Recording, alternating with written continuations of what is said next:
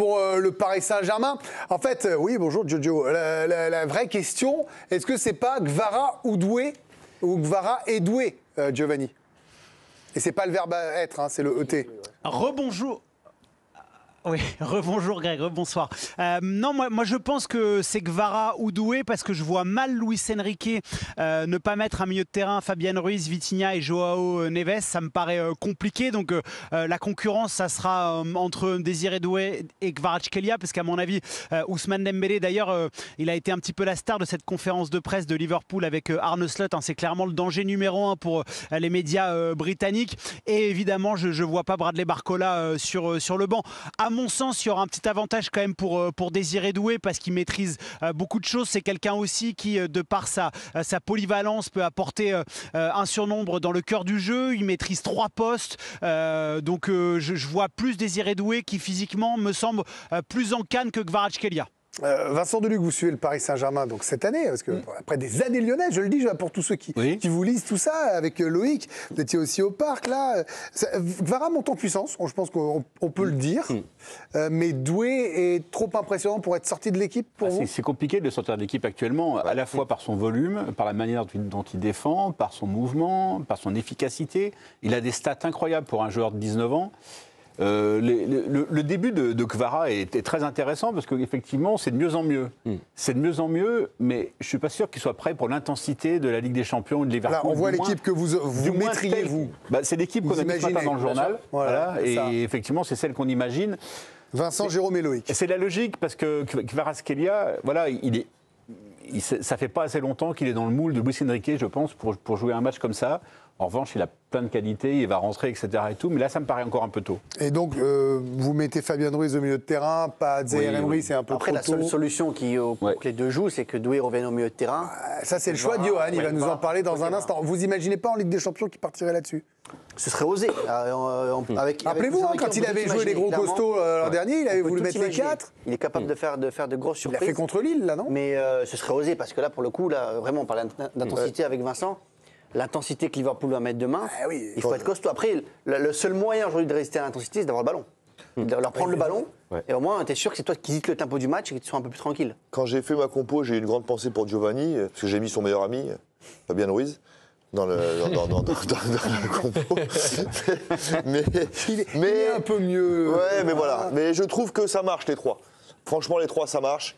Et puis Doué, je m'excuse, il mérite. À un moment donné, c'est aussi un sport où tu dois mériter ta place. Et Désiré Doué, il mérite sa place sur la performance du moment, sur ce qu'il apporte, comme dit Vincent. Voilà, il aime bien ça en plus. Il considère que tu mérites ta place. Il mérite le petit. Voilà, rien à dire. Il a quand même que 10 ans. C'est peut-être aussi le sujet brûlant. Il a moins d'expérience que Kvara.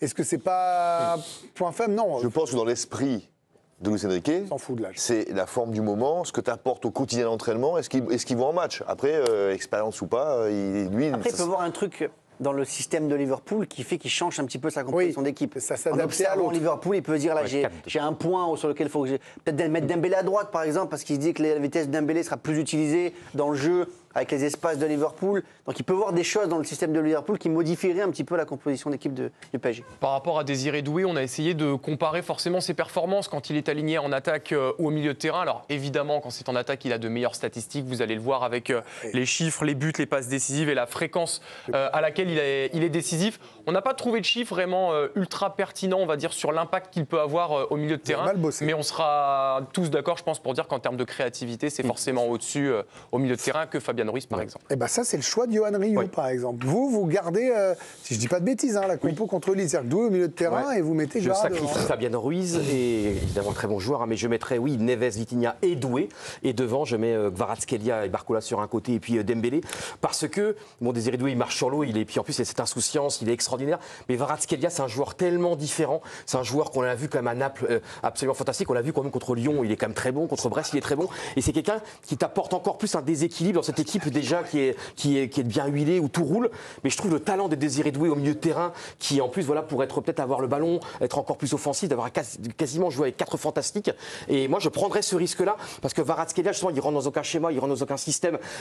C'est un travailleur. C'est pas un argument pour Luis Enrique, à mon avis. Je sais, ouais, mais peut-être qu'il peut nous. Il faut pas lui dire ça. Il faut dire qu'il rentre très bien dans le système et qu'il rentre très bien. Mais par rapport à mes goûts, c'est vrai. Et puis Kvaratskhelia, dans un match comme ça, justement, pour ce Paris Saint-Germain où tout marche pour l'instant, je trouve que c'est vrai qu'il lui manque encore. Alors, il a été très bon contre Lyon. Mais par rapport à l'intensité du milieu de terrain physiquement, mais Désiré Doué, t'as vu, il a la jeunesse, il a du coffre, il a des poumons. Ouais, mais justement, Gravenberch et McAllister, tu peux leur mettre de la pression aussi. Et si Doué est très très haut, il attaque, il y va. Le Paris Saint-Germain doit dominer, même si Liverpool aime aussi ne pas avoir le ballon, aime aussi parfois ne pas dominer. Comme disait Vincent, t'as une équipe de gamins quasiment. Ouais. Je pense que l'expérience quand même d'un Fabien Ruiz. Bien sûr. Sa posture un peu, tu vois, de. Et la taille aussi. Enfin voilà, pour toutes ces raisons-là, Fabien Ruiz, je suis pas le plus grand fan, mais sur un match comme ça, alors paradoxalement, moi je le mets tous les jours. Giovanni voulait réagir? Oui, c'est juste par rapport à Fabien Ruiz, il y a aussi quelque chose quand il est dans le cœur du jeu, dans le milieu de terrain, qui dans ses grands rendez-vous est très important. C'est qu'on voit parfois João Neves les faire, mais vraiment le spécialiste de venir axe gauche pour s'insérer dans la ligne de défense à 3, relancer et libérer le couloir pour Nuno Mendes. Ça, c'est quelque chose qu'il maîtrise très très bien. Et quand on sait que sur le côté droit, Alexander Arnold n'est pas le meilleur défenseur de l'univers, d'apporter une doublette, de laisser un peu plus d'aspect offensif à Nuno Mendes, l'ajouter à Bradley Barcola avec cette position de Fabien Ruiz qui redescend pour faire le troisième central axe gauche, c'est une donnée aussi dans l'équilibre global du PSG. Je pense impossible de se priver pour Luis Enrique. C'est pour ça aussi qu'en plus d'être deux très belles équipes, il y a ce côté tactique qui va être passionnant et deux entraîneurs qui en ce moment marchent sur l'eau. Slot, il était en conférence de presse, vous avez dit Giovanni, qu'est-ce qu'il a dit du PSG ?